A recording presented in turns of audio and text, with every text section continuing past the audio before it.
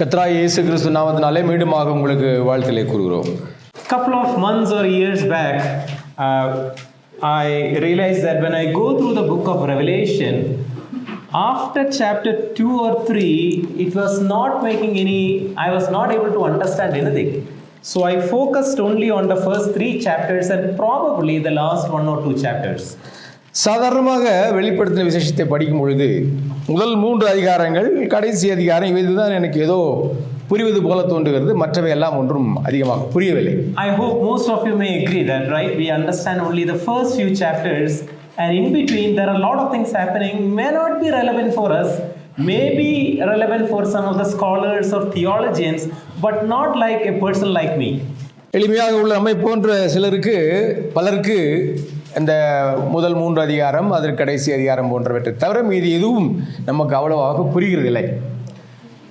So one of my purpose or objective of the 4 sessions which I take, it's not that get into an in-depth study of the book of Revelation, no. But after the 4 sessions, you should have some interest or desire or some excitement to read this book. நீங்கள் இந்த 4 வகுப்பிலே மிக ஆழமாக வெளிப்படுத்தின விசேஷம் முழுவதுமாக நான் உங்களுக்கு சொல்லித்தர முடியாது. ஆனால் உங்களுக்கு இந்த வேதத்தை படிப்பதிலே ஒரு உற்சாகத்தை, வெளிப்படுத்தின விசேஷத்தை படிப்பதிலே ஒரு உற்சாகத்தை நான் உருவாக்க முடியும் என்று கருதுகிறேன். So in the previous session, Pramod was explaining that when you get into some of the details, there could be a lot of difference of views and opinions. So my purpose is that to go through the 22 chapters of this book and to explain at a slightly high level the message of the author, the human author. யோவான் தன்னுடைய காலத்தில் உள்ள மக்களுக்கு என்ன சொல்ல விரும்புகிறாரோ அந்த ஒரு காரியத்தை இந்த வெளிப்படுத்தின சுவிசேஷம் முழுவதுமாக ஓரளவுக்கு நான் உங்களுக்கு சொல்ல விரும்புகிறேன். So before we get into this book, a quick background or a context will really help you. இந்த புத்தகத்தினுடைய பின்னணியை நீங்கள் தெரிந்து கொண்டால் அது உங்களுக்கு மிகவும் பயனுள்ளதாக இருக்கும். So this book is written by John the apostle of Jesus Christ. அப்போஸ்தலனாகிய யோவான் இந்த புத்தகத்தை எழுதியிருக்கின்றார். And he was writing this book around close to say AD 95 or 95 to 98 during that time. அந்த ஒரு கிறிஸ்துவுக்கு பின்பதாக 95 அல்லது 90 95 அந்த காலகட்டத்திலே இவற்றை எழுதியிருக்க முடியும். So during that time the Roman government was ruling and one of the Roman emperor was Domitian. Domitian என்ற ரோம பேரரசர் அன்று ஆண்டு கொண்டு வந்தார். இது ரோம பேரரசருடைய காலமாக அது இருந்தது. And during that time externally, if you look at outside the church was going to different kinds of persecution. சபையை குறித்து பார்க்கும் பொழுது சபை பலவிதமான உபத்திரவங்கள் வழியாக கடந்து சென்றது. And that persecution could extend to the extent of mocking, humiliation, harassment, exile, imprisonment, probably death. அதாவது அவர்களுக்கு உபத்திரம் என்று பார்க்கும் பொழுது அவர்களை கேலி செய்வது, அவர்களை உபத்திரவப்படுத்துவது, நாடு கடத்துவது, இல்லாவிட்டால் அவர்களை கொலை செய்வது இது போன்ற உபத்திரங்கள் கூட அங்கே சம்பவித்தன. And when you look into the inside the situation, we see that lot of apostasy, wrong teachings and lack of fidelity, and there is the temptations, and there are a lot of internal problems within the church. சபையினுடைய உள்ளே பார்க்கும் பொழுது அங்கே வேத புரட்டுகளை பார்க்க முடிந்தது. சபைக்கு உள்ளே உள்ள மக்கள் இடத்திலே போராட்டங்கள், இது போன்ற காரியங்கள் நடந்தன. So from my personal life I would say that after making an attempt to study this book, it gives a completely different perspective to the things around us. நான் இந்த புத்தகத்தை மிக ஆழமாக படிக்க ஆரம்பித்த பொழுது என்னை சுற்றியுள்ள காரியங்களை குறித்த பலவிதமான காரியங்களில் எனக்கு இருந்த உலக பார்வை கொஞ்சம் மாறி கிடைத்தது. When we bring the second coming of Jesus Christ, the God's plan for the destiny of this world brings into our lives, it gives a complete different perspective to your employment, to your family life, our church ministry, all aspect of our life, including the persecutions. இயேசு கிறிஸ்துவினுடைய இரண்டாம் வருகையை குறித்து நாம் தீர்க்கமாக படிக்கும் பொழுது நம்முடைய உலக பார்வை, அது மட்டுமல்ல நம்முடைய வேலை, நம்முடைய குடும்பம், நம்முடைய சபை, இது போன்ற காரியங்களிலே அவற்றை குறித்து நாம் என்ன நினைத்து கொண்டிருக்கிறோம், ஏன் உபத்திரவத்தை குறித்தும் கூட நம்முடைய பார்வை மாறுகிறது. So when you go through the book of John, you will have a lot of questions. I may not be able to answer most of them, and probably I may route or direct some of the questions to Pramod also. நீங்கள் கேட்கக்கூடிய எல்லா கேள்விகளுக்கும் எனக்கு பதில் தெரியாது.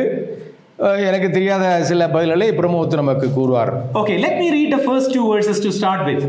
ஆரம்பமாக முதல் 2 வசனங்களை நாம் வாசிப்போம். The revelation of Jesus Christ which God gave him to show his servants what must happen very soon. He made it clear by sending his angel to his servant John, who then testified to everything that he saw concerning the word of God and the testimony about Jesus Christ. சீக்கிரத்தில் சம்பவிக்க வேண்டியவைகளை தம்முடைய ஊழியக்காரருக்கு காண்பிக்கும் பொருட்டு தேவன் இயேசு கிறிஸ்துவுக்கு ஒப்புவித்ததும் இவர் தம்முடைய தூதனை அனுப்பி தம்முடைய ஊழியக்காரனாகிய யோவானுக்கு வெளிப்படுத்தினதுமான விசேஷம். இவன் தேவனுடைய வசனத்தை குறித்தும் இயேசுவை பற்றிய சாட்சியை குறித்தும் தான் கண்ட யாவற்றையும் சாட்சியாக அறிவித்திருக்கிறான். So if you go through all the 22 chapters of this book, it's all about the word of God spoken to John, and it is regarding the testimony of Jesus Christ. நம்ம இங்க என்ன பார்க்கிறோம் என்றால் இது தேவனுடைய வசனத்தையும் இயேசு கிறிஸ்துவை பற்றிய சாட்சியை குறித்தும் இந்த வெளிப்படுத்தின விசேஷம் நமக்கு விளக்குகிறது. And here says that what must happen soon, must not may, what must happen soon. சீக்கிரத்தில் சம்பவிக்க வேண்டியவைகளை குறித்து அவர் அங்கே பேசுகிறார். Let me explain this. நான் இதை உங்களுக்கு விளக்குகிறேன். If you go through the book of Daniel chapter 2, which Pramod will be explaining, it's explaining about a God of this universe who has a great plan regarding this universe. நீங்கள் தானியேல் 2வது அதிகாரத்தை பார்க்கும் பொழுது அங்கே கடவுளுக்கு என்று இந்த உலகத்தை குறித்த அல்லது இறுதி காலத்தை குறித்த ஒரு மாபெரும் திட்டம் இருக்கிறது என்பதை குறித்து பார்க்கின்றோம். He is the God who changes the seasons and appoint all these rulers on this earth. He can remove any kingdom and he can appoint any ruler. அவர் கடவுள் காலங்களை மாற்றுகிறவர், ராஜாக்களை மாற்றுகிறவர் என்றெல்லாம் பார்க்கின்றோம். And he has the mystery regarding all what is going to happen in the future. எதிர்காலத்தில் என்ன நடக்க போகிறது என்பதை குறித்த எல்லா ரகசியங்களையும் அவர் வெளிப்படுத்துகிறார். And finally a great kingdom is going to come, which is a ruler, maybe the rule of our Lord Jesus Christ. அங்கே கடைசியாக இறுதியாக ஒரு பெரிய ராஜ்யம் வரப்போகிறது. அது நம்முடைய கர்த்தராகிய இயேசு கிறிஸ்துவின் ராஜ்யம். What does it mean? அது எதை குறிக்கிறது? It says that God has a very beautiful plan regarding the destiny of the humankind and this world. இந்த உலக மக்களுடைய நீண்ட எதிர்காலத்தை குறித்த சரியான திட்டத்தை, அழகான திட்டத்தை தேவன் வைத்திருக்கிறார் என்று நமக்கு கூறுகிறது. Who designed the plan? இந்த திட்டத்தை வகுத்தவர் யார்? God. தேவன் வகுத்திருக்கின்றார். Who executes and fulfill the plan? இந்த திட்டங்களை நமக்கு வகுத்து தருபவர் யார்? It is God. அவர் தேவன். Everything is done by God. எல்லாம் தேவனால் நடத்தப்படுகிறது. And God has revealed that in this book. இந்த புத்தகத்தில் நமக்கு வெளிப்படுத்தி தந்திருக்கின்றார். Now it says that it must happen very soon. இவை சீக்கிரத்திலே சம்பவிக்க போகிறது என்று பார்க்கின்றோம். We are thinking that the last 2000 years nothing happened. So what can happen very soon? ஆனால் 2000 வருஷங்களாக ஒன்றும் நடக்கவில்லை. இனிமேல் என்ன நடக்க போகிறது என்பதை குறித்து நமக்கு ஒரு கேள்வி இருக்கலாம். What must happen soon means God has a timetable, God has a time plan, and it will accomplish as per his time plan, not as per our human desire or our plan. God has a time plan, he does not delay it. கடவுளுக்கு என்று ஒரு திட்டம் இருக்கிறது. கடவுள் ஒரு நோக்கத்தோடு செயல்படுகிறார். அந்த திட்டம் அவருடைய பார்வையிலே சீக்கிரமாக நடைபெறப் போகிறது. For us, there is a waiting time means our efficiency is coming down. நாம் காத்து கொண்டிருக்கும் பொழுது நம்முடைய திறன் குறைய ஆரம்பிக்கிறது. When we wait for our employment, when we wait for our marriage, when we are waiting for a doctor's appointment, when we wait for something, is that we get irritated and we frustration and all such kinds of things will come. But God, the time doesn't matter. There is no time, maybe a time limitation for God, and God's time plan will accomplish according to his time plan. காத்திருப்பது என்பது நமக்கு பிடிக்காத ஒரு காரியம். அது நமக்கு மன உளைச்சலை தருகிறது. படிப்பாக இருக்கலாம், திருமணமாக இருக்கலாம், ஒரு சாதாரணமாக டாக்டருக்காக வெயிட் பண்ணக்கூடிய அப்பாயின்மெண்ட் டைமாக கூட இருக்கலாம். ஆனால் அது நமக்கு ஒரு எரிச்சலை தருகிறது. ஆனால் கடவுளுடைய பார்வையிலே கடவுளுடைய காரியத்திற்காக, அவருடைய வருகைக்காக நாம் காத்திருக்கிறோம் என்பது அவருடைய திட்டம். When we go through this 22 chapters of the book, there are 7 blessedness, state of blessedness. There are 7 blessedness which John is explaining. இந்த வெளிப்படுத்தின விசேஷத்தை நீங்கள் படிக்கும் பொழுது யோவான் 7 ஆசீர்வாதங்களை நமக்கு அவர் கூறுகிறார். Let me read it this for you. Chapter 1 verse 3. முதலாவது அதிகாரம் 3ஆம் வசனத்தை குறித்து 3ஆம் வசனத்தை வாசிப்போம். Blessed is the one who reads the words of this prophecy aloud, and blessed are those who hear and obey the things written in it, because the time is near. இந்த தீர்க்க தரிசன வசனங்களை வாசிக்கிறவனும் கேட்கிறவர்களும் இதில் எழுதியிருக்கிறவர்களை கைக்கொள்ளுவர்களும் பாக்கியவான்கள், காலம் சமீபமாயிருக்கிறது. So few of you have raised your hand. You are blessed people. Why? Because that's written here. வேதத்தை வாசித்த ஒரு சிலர் இங்கே கை தூக்கினீர்கள், நீங்கள் ஆசீர்வதிக்கப்பட்டவர்கள். But what exactly John means slightly different. ஆனால் யோவான் என்ன சொல்லுகிறார் என்பது சற்று மாறுபட்டது. Here it says that blessed is the one who reads the words of this prophecy aloud, which means we should, in a mic or an amplifier, we should read it. Is that John telling? நாம் மிக சத்தமாக நாம் இதை வாசிக்க வேண்டும் என்றா இங்கே யோவான் கூறுகிறார்? Is it a time-bound principle? When John was writing this, there was not enough copy. The people were not literate. The people cannot understand. John is telling that when you get this copy, that is very important text, you should read loudly so that the people can hear and understand. அதாவது யோவான் இந்த இந்த இந்த வெளிப்படுத்த விசேஷத்தை எழுதும் பொழுது அதிகமான நகல்கள் இல்லை, 1-2 காப்பிகள் தான் இருந்தன. அதை வாசிக்கும் பொழுது அது உங்களுக்கு கிடைத்தால் அதை நீங்கள் சப்தமாக வாசியுங்கள், மற்றவர்களும் அதை கேட்கட்டும் என்று அவர் கூறுகிறார். Two very important things I just want to maybe share with you from this words. Just please listen to me. 2 காரியங்களை உங்களோடு பகிர்ந்து கொள்ள விரும்புகிறேன், அதை கவனியுங்கள். The person is not blessed only when he reads. There are 3 things mentioned here. One who reads this, one who hear, and one who obey the things written in it. பாருங்கள், இந்த வசனங்களை வாசிக்கிறவன் மட்டுமல்ல, வாசித்து கேட்டு அவற்றை கைக்கொள்ளுகிறவர்கள் பாக்கியவான்கள் என்று சொல்லி இருக்கிறது. Even though it is expected from all the books, but it is explicitly written in this book that all those who are here, that there is a demand from the human author.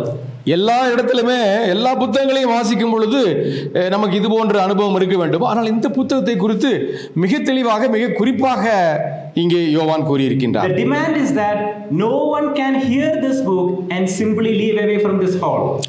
நீங்கள் இந்த புத்தகத்தை வெறுமனே வாசித்து விட்டு அதற்கு கீழ்ப்படியாமல் கடந்து செல்ல முடியாது. This book is not an encyclopedia of what is going to happen. இனிமேல் என்ன நடக்க போகிறது என்பதை குறித்து சொல்லக்கூடிய கருத்து களஞ்சியம் அல்ல இந்த புத்தகம். This book demands a response from the readers. இந்த புத்தகம் வாசிக்கிறவர்கள் கேட்கிறவர்கள் அவர்களிடத்திலிருந்து ஒரு பிரதிபலிப்பை எதிர்பார்க்கிறது. The expectation from this book after 22 chapters of this book is that there is a change in life, there is a transformation in his life, there is a change in perspective. That's what the reader or the human author expects from all the readers. இந்த 22 அதிகாரங்களையும் நீங்கள் படித்த பின்பு இந்த புத்தகம் உங்களிடத்திலே ஒரு எதிர்பார்ப்பை அது வைத்திருக்கிறது. நீங்கள் அவற்றுக்கு கீழ்ப்படிய வேண்டும். So what is the demand? We cannot simply read and get some information and leave from this camp. That is not expected. But what is expected is that it brings a change in our life. It brings a positive response to the message written in this book. நீங்கள் இந்த புத்தகத்தை வாசித்துவிட்டு அப்படியே கடந்து செல்ல வேண்டும் என்பதற்காக இதை சொல்லப்படவில்லை. ஆனால் இவற்றிலிருந்து நீங்கள் இதை படித்து இதை கைக்கொண்டு உங்களுடைய வாழ்க்கையிலே ஒரு பெரிய மாற்றம் அதனால் ஏற்பட வேண்டும் என்று கூறுகிறது. There are 2 reasons for this response. 2 காரியங்களை குறித்து பார்க்கலாம். First of all, it is a prophecy. முதலாவது தீர்க்க தரிசனமாக அமைந்திருக்கிறது. It is a serious word of God, words of God. கடவுளுடைய வார்த்தை அங்கே தொடர்ச்சியாக அது சொல்லப்பட்டிருக்கிறது. It is not few opinion or views or some of the aspects of the future. No, it is a serious word of God and it needs a response to that. It is a prophetic book. எதிர்காலத்தை குறித்த ஏதோ ஒரு சில தகவல்கள் மட்டும் அது கூறவில்லை, நம்முடைய வாழ்க்கையில ஒரு பெரிய மாற்றத்தை எதிர்பார்க்கிறது. And secondly, the time is near. வேதம் காலம் சமீபத்தில் இருக்கிறது. இரண்டாவதாக காலம் சமீபத்தில் இருக்கிறது. Time is near means you cannot defer this. You cannot postpone this. You cannot say, let me do after my completion of education. You cannot say, let me complete this after my career. You cannot defer this. That's what a human author says. காலம் சமீபத்தில் இருக்கிறது என்று சொல்லும் பொழுது எனக்கு வேறு சில முதன்மையான காரியங்கள் இருக்கின்றன என்பதல்ல. நான் படித்து முடித்து விடுகிறேன், வேலைக்கு சென்று விடுகிறேன், இப்படி எனக்கு என்று வைத்திருக்கிற திட்டங்களை முடித்துவிட்டு நான் இங்கே வருகிறேன் என்று நீங்கள் சொல்ல முடியாது. So which means this is a very serious book. ஆகையால இது மிகவும் மிக எச்சரிக்கையாக நீங்கள் கையாள வேண்டிய ஒரு புத்தகம். Now what is the theme of this book? It is there in verse 7. One of you can read loudly.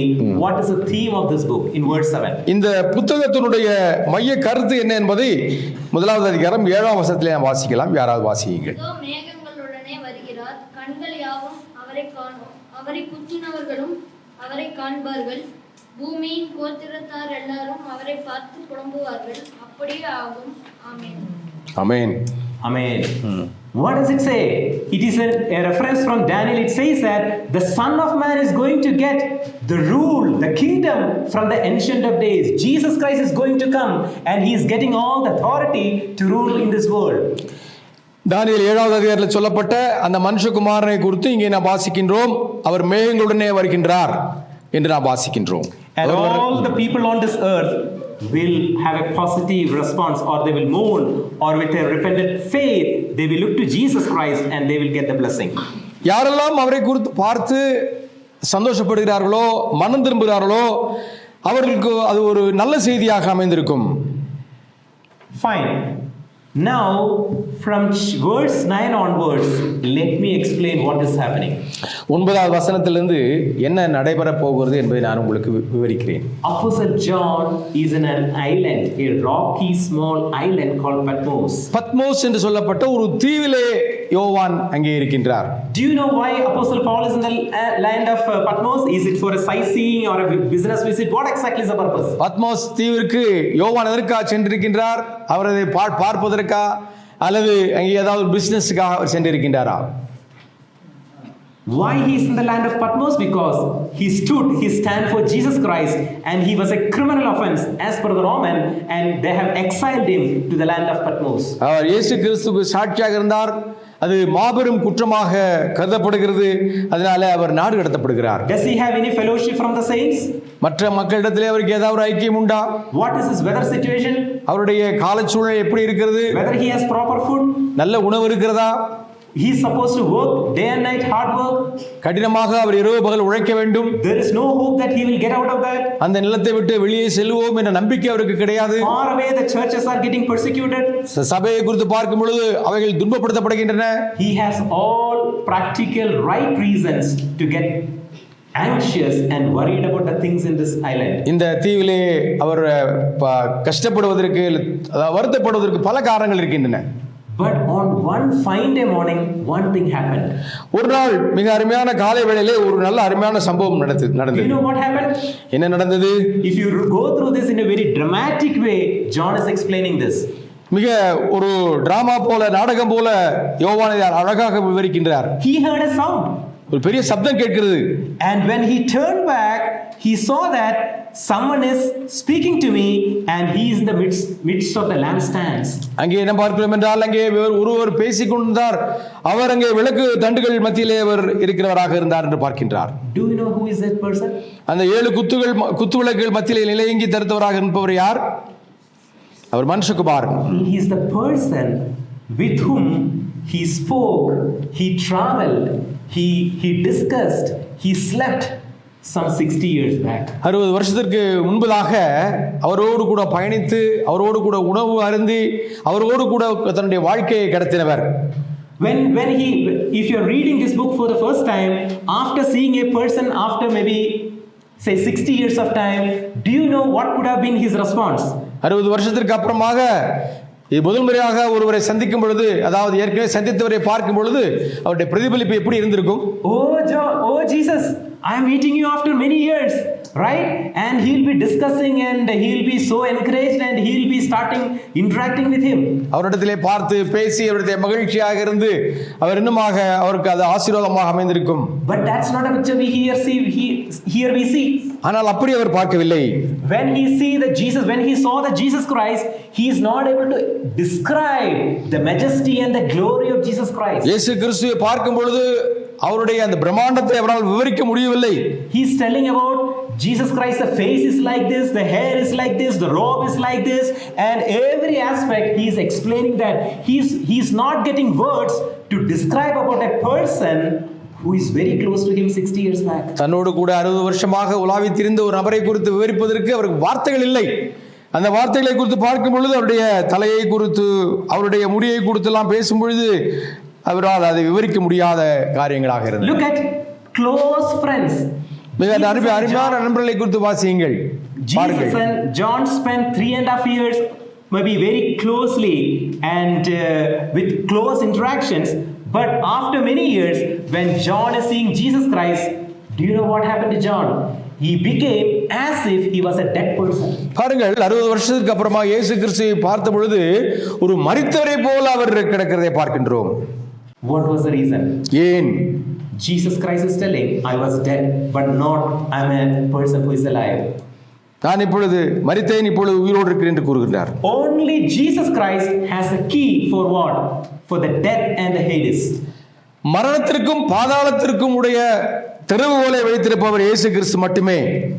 There are all sorts of people in this world. இந்த உலகத்திலே பல மக்கள் இருக்கின்றார்கள். The Domitian and the whole lot of Roman government and the people, but Jesus Christ is only person who can finalize or conclude the destiny of a human being on this earth. இந்த உலகத்திலே ஒரு மனிதனுடைய இறுதி காலத்தை அல்லது அவனுடைய இறுதியை குறித்து சொல்லுவதற்கோ செய்வதற்கோ அதிகாரம் உடையவர் இயேசு கிறிஸ்து. அங்கே ரோம பேரரசர்கள் டொமிஷியன் இருக்கிறார், அவருக்கு அந்த மரணத்தின் மேலும் பாதாளத்தின் மேலும் அதிகாரம் இல்லை.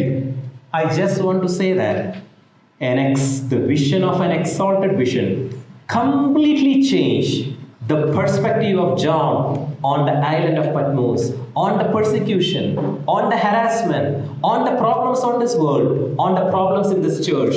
An exalted vision, the vision of an exalted Jesus Christ completely changed the things on this earth. இயேசு கிறிஸ்து உயர்த்தப்பட்டவராக இயேசு கிறிஸ்துவை பார்த்த பொழுது இந்த யோவானுக்கு இருந்த அந்த உலக ஒரு பார்வை முற்றிலுமாக மாறிவிட்டது. தன்னுடைய கஷ்டத்தை குறித்தோ தன்னுடைய போராட்டங்களை குறித்தோ அல்லது மக்களுடைய உபத்திரவத்தை குறித்தோ அவருக்கு இருந்த எண்ணமெல்லாம் மாறிவிட்டது. So that should be our desire. That is the expectation from this Father, that when we study this 22 chapters of book, our perspective, our attitudes towards all the things in this world will change when we have a proper understanding about God's plan for the future. 22 அதிகாரங்களையும் வாசிக்கும் பொழுது கடவுள் சொன்ன அந்த திட்டத்தை குறித்த சரியான ஒரு எண்ணம் உங்களுக்கு இருக்கும் என்றால் நிச்சயமாக உங்களுக்கு இருக்கக்கூடிய உலக பார்வை, உங்களுக்கு இருக்கக்கூடிய மற்ற எல்லா விதமான நோக்கும் அங்கே மாறுபடும்.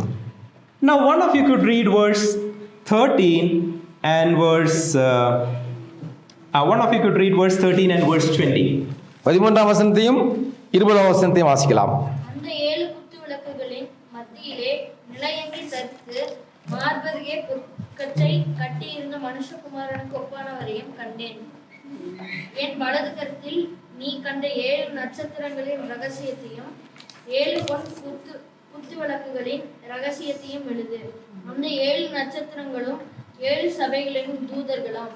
நீ கண்ட 7 குத்து விளக்குகளும் 7 சபைகளாம். Let me ask a question to all of you. நான் உங்களுக்கு ஒரு கேள்வி கேட்க விரும்புகிறேன். When we go through some of the very difficult situations in our life, நம்முடைய வாழ்க்கையிலே மிக கடினமான பாதை வழியாக நாம் கடந்து செல்லும் பொழுது we feel and think that Jesus Christ is sitting somewhere in the heaven. ஏதோ இயேசு கிறிஸ்து தூரமான இடத்திலே பரலோகத்திலே அவர் வீற்றிருக்கிறார் என்று நினைக்கின்றோம். Very far away from me. என்னை விட மிக தூரமான இடத்திலே அவர் இருக்கிறார் என்று பார்க்கிறோம். Even though he has all the authority, probably he may not be too much concerned about some of the things which I am going on in this world. இயேசு கிறிஸ்துவுக்கு அதிகாரம் இருக்கலாம், ஆனால் என்னிடத்திலே நான் கடந்து செல்லக்கூடிய இந்த காரியங்களை குறித்து அவருக்கு அக்கறை இல்லையோ என்ற எண்ணம் நமக்கு வரலாம். Is that statement true? அந்த ஒரு வாக்கியம் சரியானதா? இல்லை. No. Verse 13 and verse 20 says that, do you know where Jesus Christ is? 13 மற்றும் 20 வசனம் என்ன சொல்லுகிறது? இயேசு கிறிஸ்துவை நீ எங்கே பார்க்கிறீர்கள்? ஒரு சபைகள் நடுவே உலாவுகிறார். He walks in the midst of the church. அவர் சபைகளின் நடுவே ஒரு உலாவுகிறவராக இருக்கிறார். There are two aspects to this. 2 காரியங்களை குறித்து நாம் பார்க்க முடியும். One is, it is a comforting thing. அது நமக்கு ஆறுதலை தரக்கூடிய ஒரு வசனம். Secondly, it is a dangerous statement. ஆனால் அதே சமயத்தில் மிக ஆபத்தான வசனமும் கூட. Let me explain to you. நான் உங்களுக்கு விளக்குகிறேன். If you go through chapter 2 and 3, 2-3 அதிகாரங்களை நீங்கள் வாசித்தால் one of the repeated words is that I know these are the things happening in midst of you. I know. That's what one of the repeated things. திரும்ப வரக்கூடிய ஒரு பதம் என்னவென்றால், நான் அறிந்திருக்கின்றேன், நான் உன்னை அறிந்திருக்கின்றேன், உன்னை குறித்து எனக்கு இது தெரியும் என்கிற அந்த காரியமானது திரும்ப சொல்லப்படுகிறீர்கள் பார்க்க முடியும். How did Jesus know about the problems in the church? சபையிலே உள்ள பிரச்சனையை குறித்து அவர் எப்படி அறிவார்? WhatsApp or email or something? அவர் வாட்ஸ்அப்பில் இமெயில் மூலமாக தெரிந்து கொண்டாரா? No. Why? Because Jesus Christ is walking amongst them in the midst of the church. ஏனென்றால் இயேசு கிறிஸ்து சபைகளின் நடுவே அவர் உலாவுகிறவராக இருக்கின்றார். The comforting thing is that when I go through some of the toughest situations in our life, the persecutions, the problems, the harassment, the death, everything, Jesus Christ knows everything. I don't need to inform him anything. He walks in the midst of the church. He knows all my problems before I convey to him, before I pray to him. That's the greatest comfort and assurance John is giving to all his readers. என்னுடைய வாழ்க்கையிலே நான் பிரச்சனைகள் வழியாக கடந்து செல்லும் பொழுது என்னுடைய பிரச்சனைகளை நான் அவருக்கு சொல்வதற்கு முன்பதாகவே அவர் எல்லாவற்றையும் அவர் அறிந்தவராக இருக்கிறார். நான் படக்கூடிய உபத்திரவங்கள், பாடுகள் எல்லாவற்றையும் அவர் அறிந்தவராக இருக்கின்றார். Secondly, it is a bit risky or a dangerous statement. இது மிக ஒரு ஆபத்தான ஒரு காரியமும் கூட. Do you know why? ஏனென்றால் if you go through the messages to the 7 churches, many church or many people think that I am a very good person.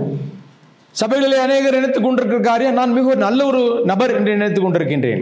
We can live as a very good believer before others. மற்றவர்களுக்கு முன்பதாக நான் என்னை மிக நல்லவனாக காட்டிக் கொள்கிறேன். If you may look at me, you may think that I am a very good spiritual person. என்னை பார்க்கும் பொழுது நான் மிக நல்ல ஆவிக்குரிய நபர் என்று நீங்கள் நினைத்துக் கொள்ளலாம். But there is one person before whom we cannot behave or we cannot cheat or we cannot play anything. நாம் ஒருவருக்கு முன்பதாக நம்மை குறித்து எந்த விதமான ஒரு விளையாட்டு காரியம் செய்ய முடியாது. When we go through the message to the 7 churches, we understand that even though the church has a very good reputation, but Jesus Christ is telling that when he looks at our heart, the motive, the intention, the purpose, it was not good. உலக பார்வையிலே மிக சிறப்பான சபைகள் ஆக கூட இருந்திருக்கலாம். அந்த சபைகளை குறித்து ஆண்டவர் என்ன சொல்கிறார் என்றால், உங்களுடைய நோக்கம், உங்களுடைய எண்ணம், உங்களுடைய சிந்தனை தவறாக இருக்கிறது என்று அவர் கூறுகிறார். So in the first chapter, if I want to conclude that, John is telling that if you really understand the 22 chapters of this book, your life will be different. And he's challenging that it will be a transformed life. It will give a different perspective to the things and the problems in this world. நீங்கள் முதலாவது அதிகாரத்தை பார்க்கும் பொழுது, இயேசு கிறிஸ்துவின் 2ஆம் வருகை குறித்து தியானிக்கும் பொழுது உங்களுடைய உலக பார்வை கண்டிப்பாக மாறும் என்பதை குறித்து நான் சொல்ல முடியும். Now, in the next 15-20 minutes, I will take you through the chapter 2 and 3. 2 மற்றும் 3ஆம் அதிகாரங்கள் வழியாக அடுத்து வரக்கூடிய 15 அல்லது 20 நிமிடம் உங்களை நான் வழிநடத்தி செல்கிறேன். And in the subsequent chapters, I will give you some one-page summary so that you can go through some of the sequence of events, right? And then we will explain about that. In the first session, I'll close it with probably the first 3 chapters. முதலாவது இந்த ஒரு செஷன்ல முதல் 3 அதிகாரங்களை குறித்து மட்டும் நம்ம பார்க்க போகிறோம். அடுத்து வரக்கூடிய பகுதிகளில் ஒரு சில சிறு குறிப்புகளை கொடுக்கிறேன். நீங்கள் அதிலிருந்து உங்களுடைய எண்ணங்களை நீங்கள் தயார் செய்து கொள்ள வேண்டும். When we go through all the messages to the 7 churches, what is one of the repeated word what we have seen? ஏற்கனவே பார்த்தது போல 7 சபைகள் வழியாக இயேசு கிறிஸ்து அவற்றை பற்றி சொல்லப்படும் என்ன வார்த்தையை திரும்ப சொல்கிறார்? நான் உங்களை அறிந்திருக்கிறேன். I know you.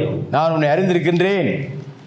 When we come to the first church, right? முதலாவது சபைக்கு வருவோம். That is church in Ephesus. எபேசு சபை.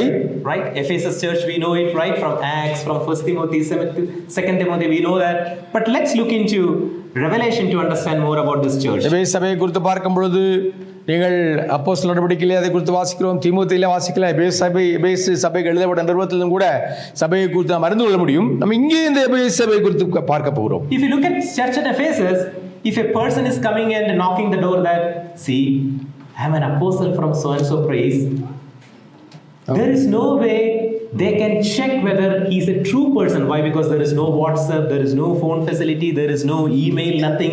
Otherwise we can call, Selim brother, one brother has come here, whether he is from church at Madurai or Coimbatore, we can check that. But at that point of time, they cannot check anything. ஒரு சபையிலே ஒரு நபர் வருகிறார், வந்துவிட்டு நான் அப்போஸ்தலன், நான் தீர்க்கதரிசி என்று தன்னை அறிமுகப்படுத்திக் கொள்கிறார் என்றால் அவர் உண்மையிலேயே அவர் அப்போஸ்தலனா இல்லையா என்பதை நம்மால் எப்படி கண்டுகொள்ள முடியும்? இப்பொழுது இருக்கிற போல தகவல் தொடர்பு சாதனங்கள் அன்று இல்லை. ஆகவே நாம் யாரோடும் கூட அதை குறித்து நாம் தெளிவுபடுத்திக் கொள்ள முடியாது. What they will do is that they cannot simply accept any person. They will first put that person to test to prove that his convictions, his doctrine, his life, everything is right. Then only he will really accept them.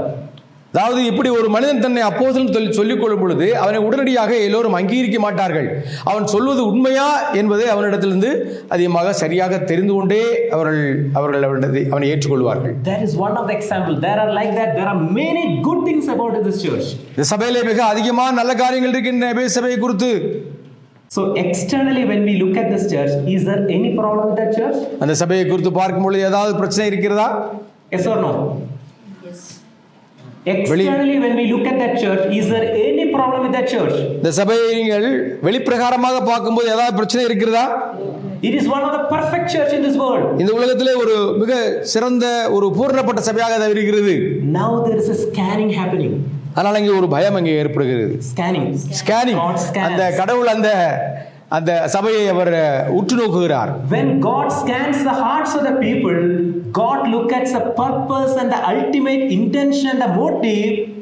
ஒரு மனிதனை ஆண்டவர் அவனை உற்று நோக்கும் பொழுது, அவனுடைய உள்ளத்தை பார்க்கும் பொழுது, அவனுடைய சிந்தையிலே, அவன் எண்ணத்திலே அவனுடைய ஏறதை செய்கிறான் என்று ஆண்டவர் சோதித்து பார்க்கின்றார். Why people come to church? Maybe they camp at Kotagiri.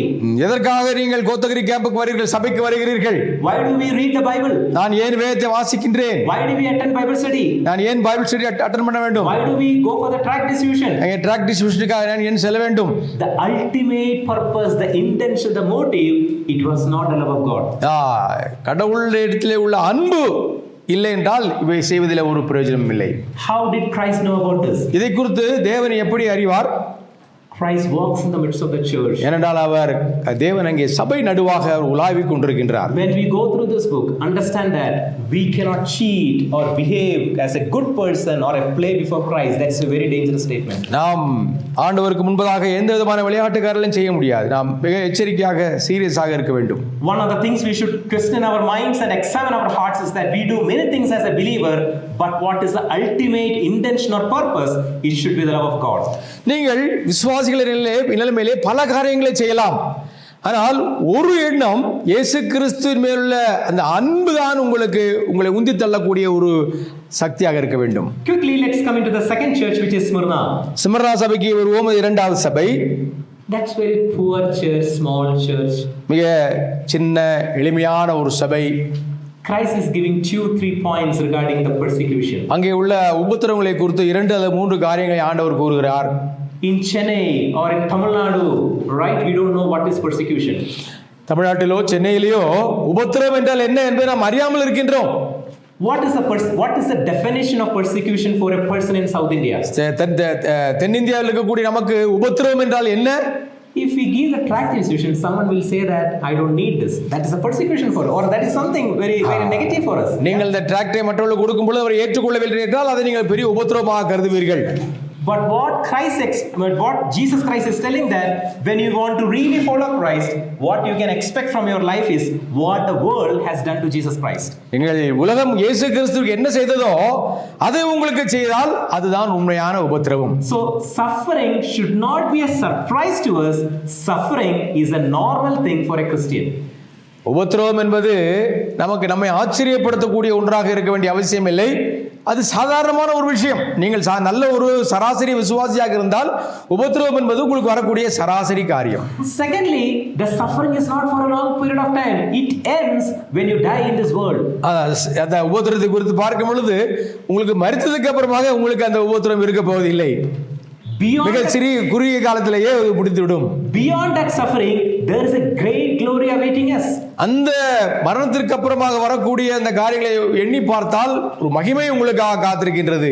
And thirdly, மூன்றாவதாக God expects is that can you endure, persevere till the last moment of your breath? நீங்கள் உங்களுடைய கடைசி மூச்சு வரைக்கும், இறுதி வரைக்கும் நீங்கள் உறுதியாக பற்றிக் கொண்டிருக்க முடியுமா என்ற கேள்வியை உங்களுக்கு முன்பாக வைக்கின்றார். Fine. Let's quickly move into the next 2 churches, Pergamum and Thyatira. பெர்கமம் தியத்தீரா என்ற 2 சபைகளுக்கு நாம் செல்வோம். There are a lot of good things about this church. பல நல்ல காரியங்கள் அங்கே இருக்கின்றன. அவற்றை குறித்து பார்ப்போம். But one problem is that slowly the false teaching is coming to the church. இந்த 2 சபைகளுக்குள்ள பிரச்சனை என்னவென்றால் தவறான உபதேசம் அங்கே கடந்து வந்து கொண்டிருக்கின்றது. Do you know how false teachers are coming? அங்கே தவறான உபதேசத்தை செய்பவர் உள்ளே எப்படி வருகிறார்கள்? They will knock the door, come inside and say that I want to preach in the pulpit, and they will feed the false teaching. நான் உங்கள் சபைக்கு வந்து தவறான உபதேசத்தை சொல்ல போகிறேன் என்று சொல்லிக் கொண்டு வருவார்கள். Do you think that they will come like that? நீங்க அப்படி வருவார்களா? அப்படி நினைக்கிறீர்களா?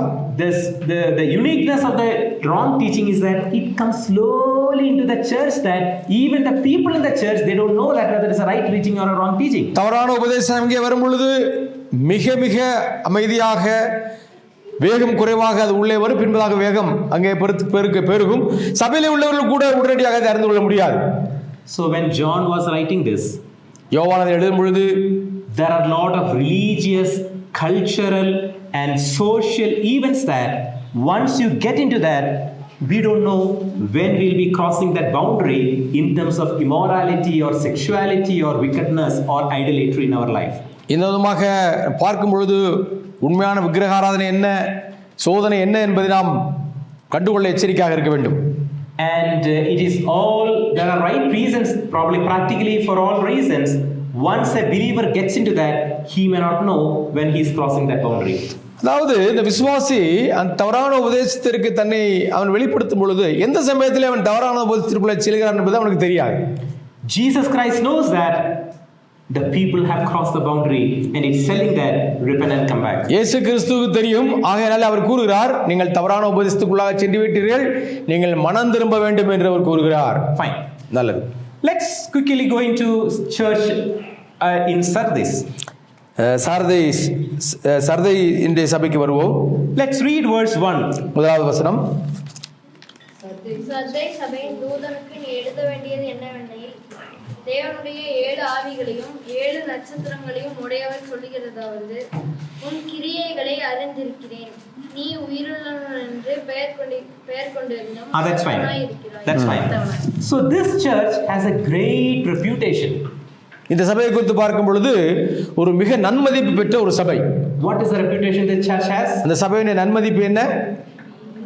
Vibrant. அது மிகவும் உற்சாகமான ஒரு சபை, alive, உயிருள்ளது, passion. அங்கே பக்தி வைராக்கியம் உள்ள ஒரு சபையாக இருக்கிறது. And all the people, they want to join this church. In my imagination I'm telling that kind of a reputation they have, that if any person is coming from Sardis, they're very proud of that. அந்த சர்தையின் சபையிலிருந்து வரக்கூடிய ஒரு நபர் தான் சர்தையின் சபையின் அங்கம் என்று அவன் பார்த்து அவன் அங்கே தன்னை தேற்றிக் கொள்கிறான், அவன் பெருமைப்படுகிறான். So let me ask a question. நான் உங்களுக்கு ஒரு கேள்வியை கேட்கின்றேன்.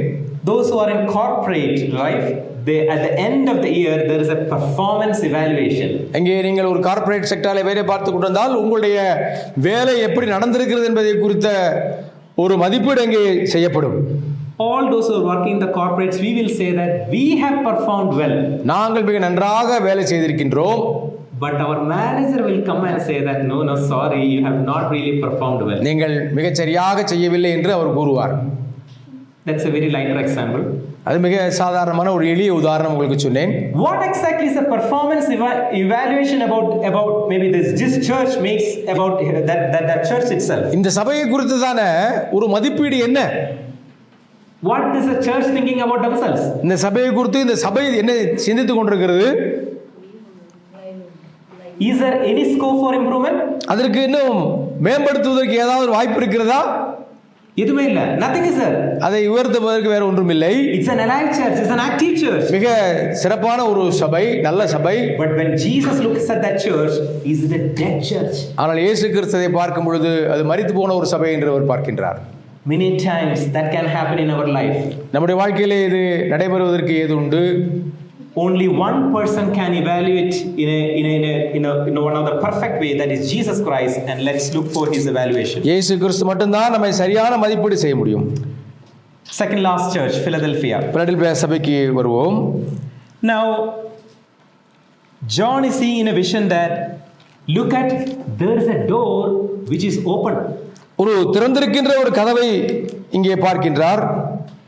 And if the door is open, no one can close it, but if the door is shut, no one can open it. அந்த கதவை திறந்திருந்தால் அதை மூட முடியாது, அது மூடி இருந்தால் அதை திறக்க முடியாது. Do you know what is the reason? ஏன் தெரியுமா? I'll give a clue. Before this meeting, the meeting hall opened, couple of children, they came and tried to open, they could not do it. இந்த கதவை இந்த பிள்ளைகள் திறப்பதற்கு முயற்சி செய்தால் சிறு பிள்ளைகள் திறக்க முடியவில்லை. What is the reason? ஏன்? The key is with Sednana. அங்கே பிள்ளையிடத்தில் இல்லை. So who has the key? யாரிடத்தில் திறவுகோல் இருக்கிறது?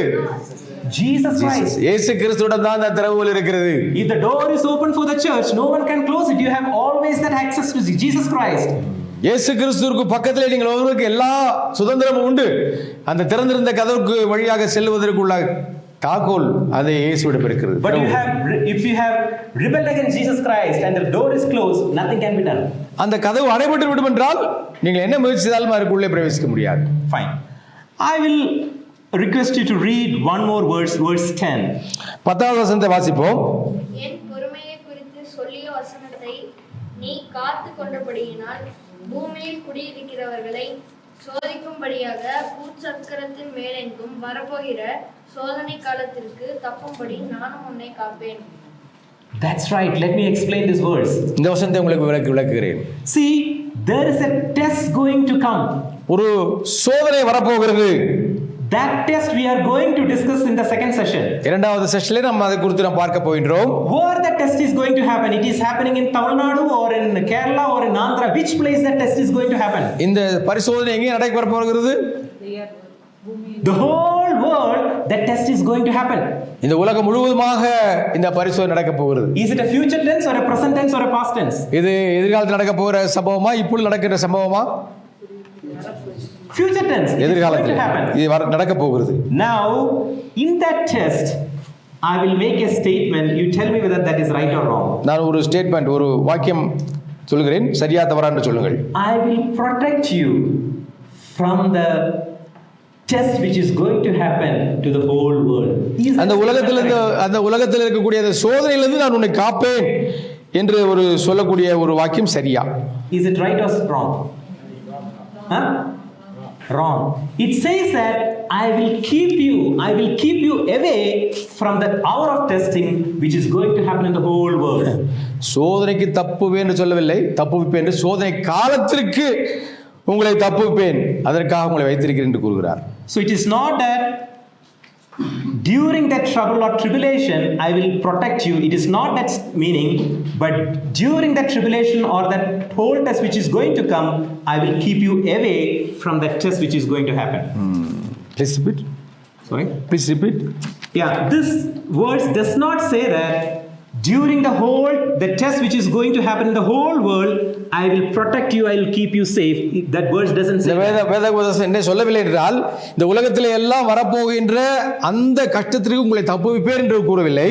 It says that I will keep you away from this test which is going to happen. I will keep you away. நான் உங்களை அந்த சோதனையிலிருந்து தூரமாக வைத்துக் கொள்வேன் என்று கூறுகிறது. And that test we are going to study in the next session. அடுத்த செஷன்ல நம்ம அந்த பிரச்சனையை குறித்து பார்ப்போம். Yeah, we have few more minutes. The last church which is Laodicea. Laodicea சபையை குறித்து ஒரு சில காரியங்கள்.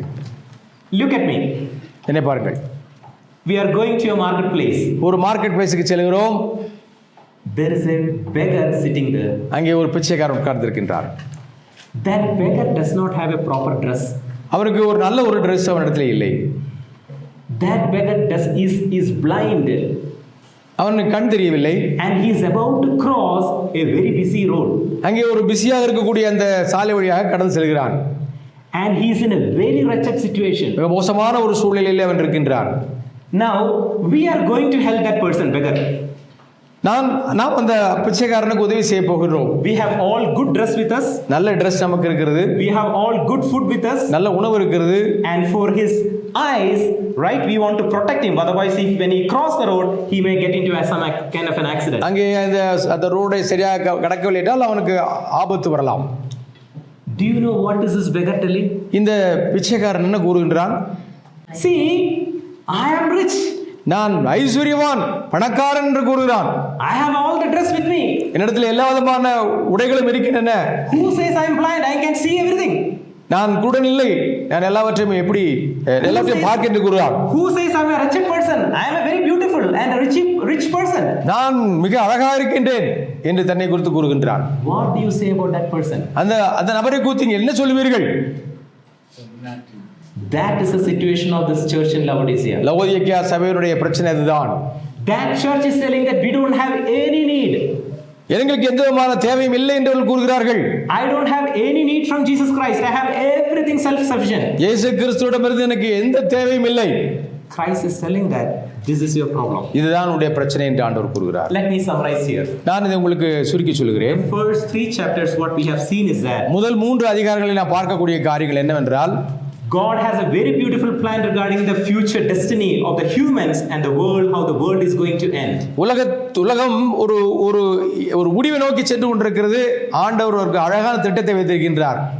The Domitian could be ruling, the Nero or the Titus or the Hitler or the Stalin or Mussolini could be ruling, but there is one God who is the sovereign above everything, that is our Jesus Christ. உலகத்தை குறித்து பார்க்கும் பொழுது அங்கே ஸ்டாலினோ, ஹிட்லரோ, முசோலினோ யாரோ ஆண்டு கொண்டிருக்கலாம்.